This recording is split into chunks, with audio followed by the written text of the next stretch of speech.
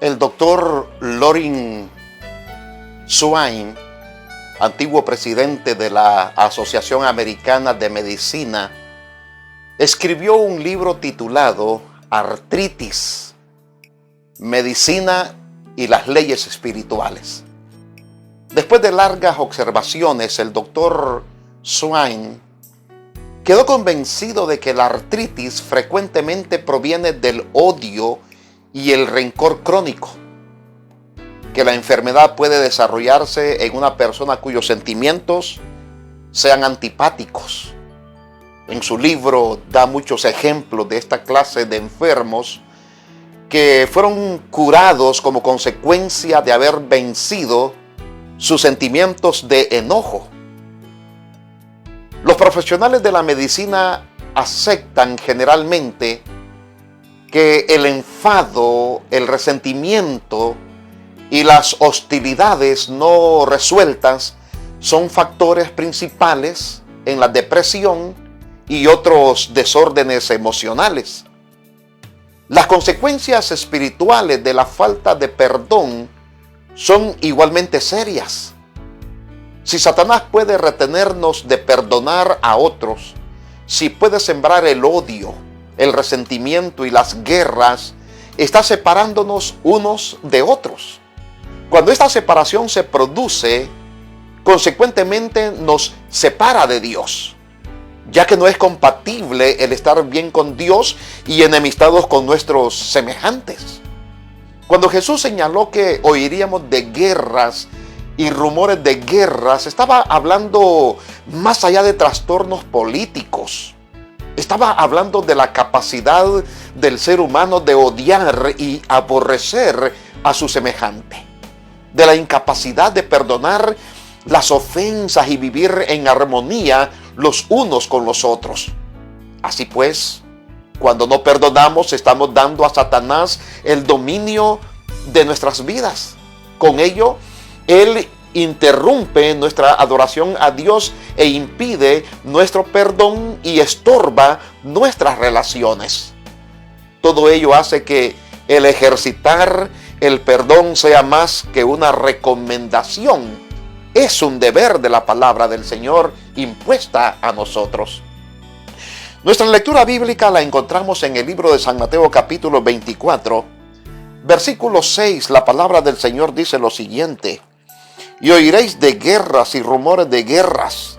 Mirad que no os turbéis, porque es necesario que esto acontezca, mas aún no es el fin. El título del tema en esta ocasión es Oiréis de guerras. Sin duda, las palabras de Jesús, registradas con celo imperturbable por Mateo, son el peor presagio mortífero y sangriento que haya salido de sus labios.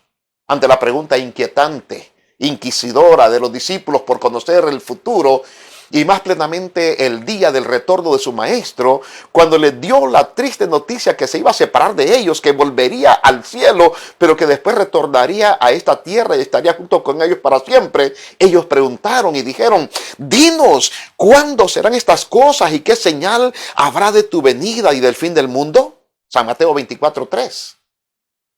El telón del futuro se abre ante los ojos de los discípulos y de nosotros.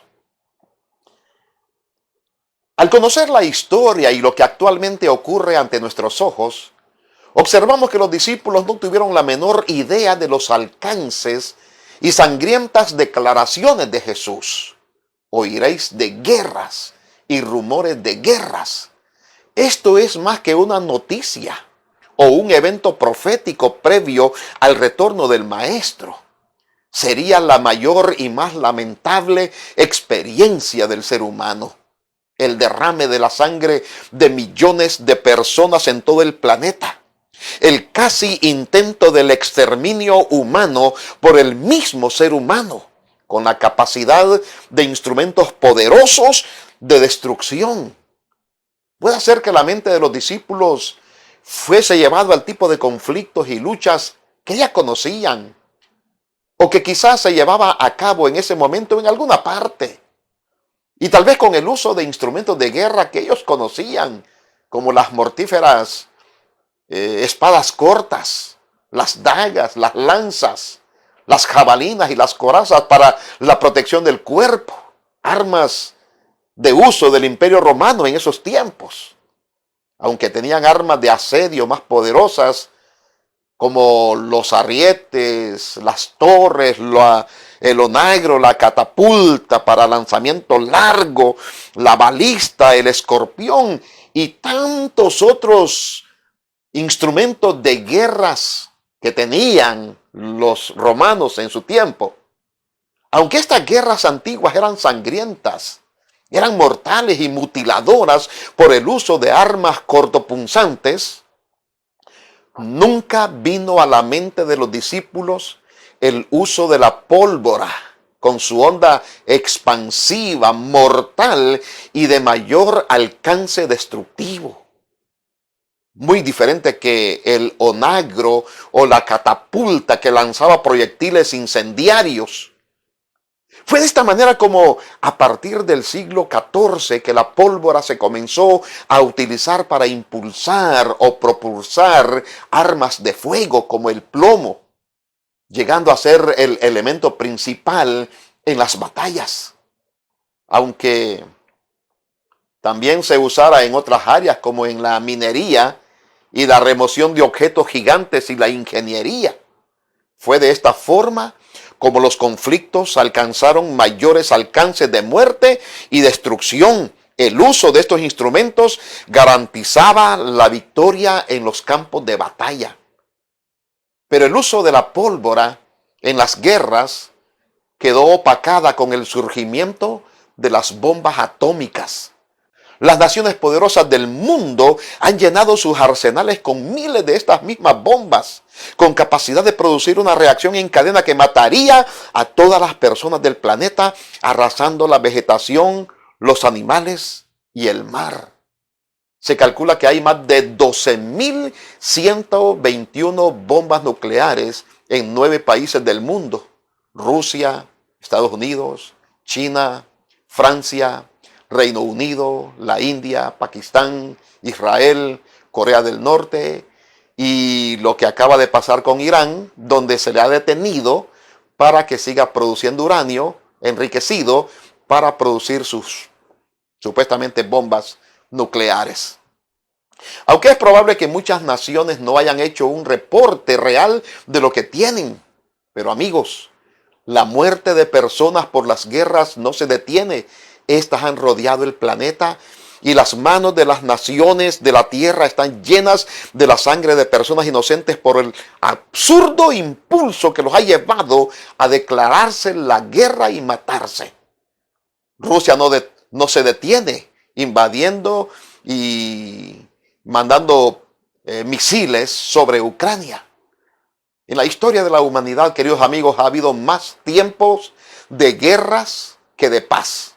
Los conflictos se han suscitado, como dice la Biblia, entre una nación y otra, o entre reino contra su propio reino. Dice la palabra del Señor en San Mateo 24, porque se levantará nación contra nación y reino contra reino.